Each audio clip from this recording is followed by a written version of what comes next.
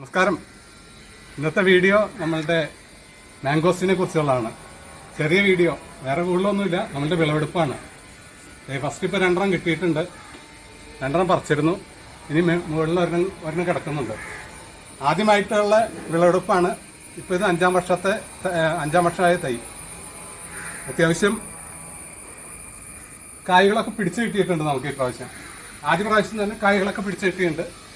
അപ്പോൾ അത് ഇവിടെ ഒരു കായുണ്ട്. അപ്പോൾ ടോട്ടൽ ഇപ്പോൾ 3 ആദ്യമായിട്ട് വിളവെടുത്താണ്. മുകളിലേക്കൊക്കെ കായകളുണ്ട് ഇഷ്ടം പോലെ. അത് പഴുത്തു വരുന്നു. അപ്പോൾ ഇത് നമ്മൾ താഴെ വീഴാതെ പറിച്ചെടുക്കണം. അതാണ് മാംഗോസിൻ്റെ ഒരു പ്രശ്നം. ഇപ്രാവശ്യം നമ്മൾ ചെയ്ത വളങ്ങളുടെയും കാര്യങ്ങളൊക്കെ ഞാൻ ഡീറ്റെയിൽ ആയിട്ട് മുമ്പ് വീഡിയോസ് ഇട്ടായിരുന്നു. അത് കാരണം പൊഴിച്ചിൽ കാര്യമായിട്ട് നമുക്ക് ബാധിച്ചിട്ടില്ല. ഇപ്പോൾ ചിലത് വന്നിട്ട് നല്ല വലിപ്പത്തിൽ വന്നിട്ടുണ്ട്. അതുപോലെ ചിലത് ചെറിയ കായകളാണ്.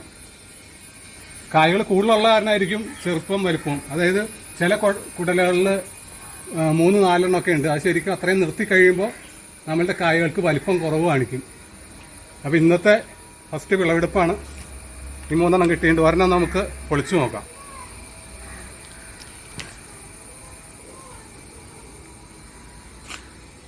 കട്ട് ചെയ്തോ.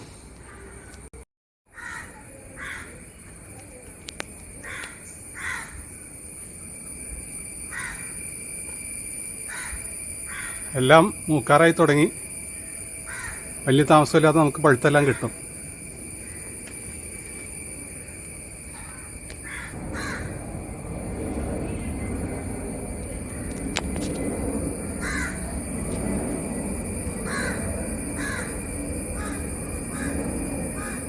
ഈ കായൽ നമുക്ക് 5 ഈ ഫ്ലവറിൻ്റെ അറ്റത്ത് കാണാം. നമുക്ക് 5 ആ ഡിസൈൻ കണ്ടു കഴിഞ്ഞാൽ അറിയാം. 5 ഡിസൈൻ എന്ന് വെച്ച് കഴിഞ്ഞാൽ 5 കായകൾ ഇതിൻ്റെ അകത്തുണ്ടാവും. അതാണ് അതിൻ്റെ പ്രത്യേകത. പൊളിച്ചു നോക്കാം നമുക്ക്.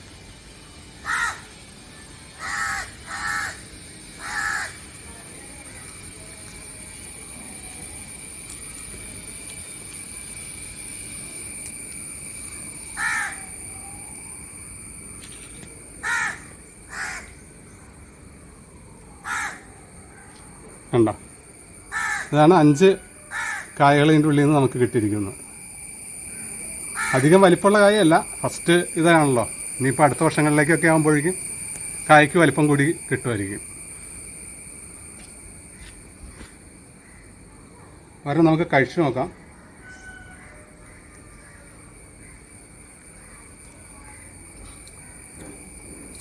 നല്ല മധുരമുണ്ട്.